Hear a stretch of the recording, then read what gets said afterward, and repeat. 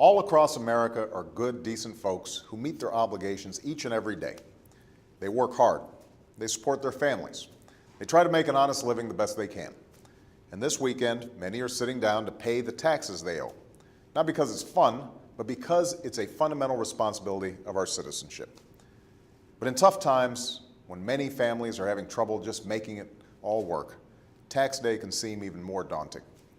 This year, however, many Americans are seeing some welcome relief. So far, Americans who have filed their taxes have discovered that the average refund is up nearly 10% this year, to an all-time high of about $3,000. This is due in large part to the Recovery Act. In fact, 1/3 of the Recovery Act was made up of tax cuts that have already provided more than $160 billion in relief for families and businesses. And nearly $100 billion of that goes directly into the pockets of working Americans. No one I've met is looking for a handout, and that's not what these tax cuts are. Instead, they're targeted relief to help middle-class families weather the storm, to jumpstart our economy, and to bring the fundamentals of the American dream, making an honest living, earning an education, owning a home, and raising a family, back within reach for millions of Americans. First, because folks who work hard should be able to make a decent living, I kept a promise I made when I campaigned for this office and cut taxes for 95% of working Americans. For most Americans, this Making Work Pay tax credit began showing up in your paychecks last April, and it continues this year for a total of $400 per individual and $800 per couple per year. Second, because a college education is critical to the success of our workers and our economy, we're helping to make it more affordable for millions of Americans. Millions of students and parents paying for college tuition are now eligible for up to $2,500 under the American Opportunity Credit.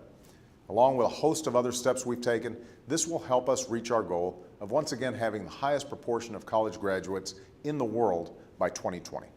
Third, we're restoring the home as a source of stability and an anchor of the American dream. If you've bought a home for the first time, you're eligible for a credit of up to $8,000. And if you bought a new car last year, you can deduct the state and local sales taxes you paid on that car.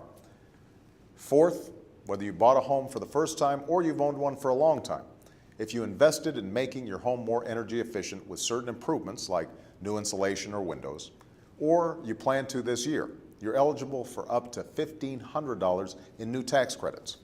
This does more than just put money back in your pocket. It's helping create new clean energy, manufacturing, and construction jobs at small businesses across the country. Fifth, to help working families with children through difficult times, we increased the Earned Income Tax Credit and allowed more families to qualify for the Child Tax Credit.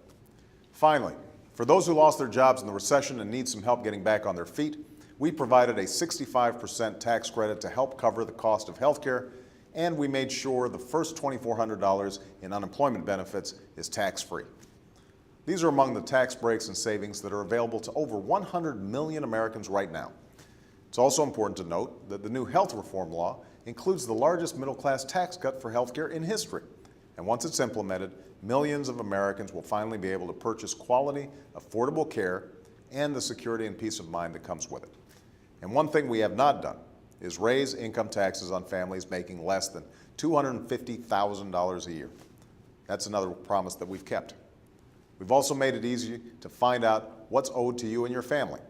After all, the big guys know how to find their tax breaks. It's time you did too. Just visit WhiteHouse.gov and click on the Tax Savings tool. It's already been accessed more than 100,000 times by folks who want to see what savings they're owed and how to collect them. If you've already filed your taxes and missed some of the savings available to you, don't worry. You can still amend your returns after April 15th to save hundreds or even thousands of dollars. And just as each of us meet our responsibilities as citizens, we expect our businesses and our government to meet theirs in return. That's why I've asked Congress to close some of the biggest tax loopholes exploited by some of our most profitable corporations to avoid paying their fair share, or in some cases paying taxes at all. That's why we're tightening Washington's belt by cutting programs that don't work, and contracts that aren't fair, and spending we don't need. And that's why I've proposed a freeze on discretionary spending, signed a law that restores the pay-as-you-go principle that helped produce the surpluses of the 1990s, and created a bipartisan independent commission to help solve our fiscal crisis and close the deficits that have been growing for a decade, because I refuse to leave our problems to the next generation.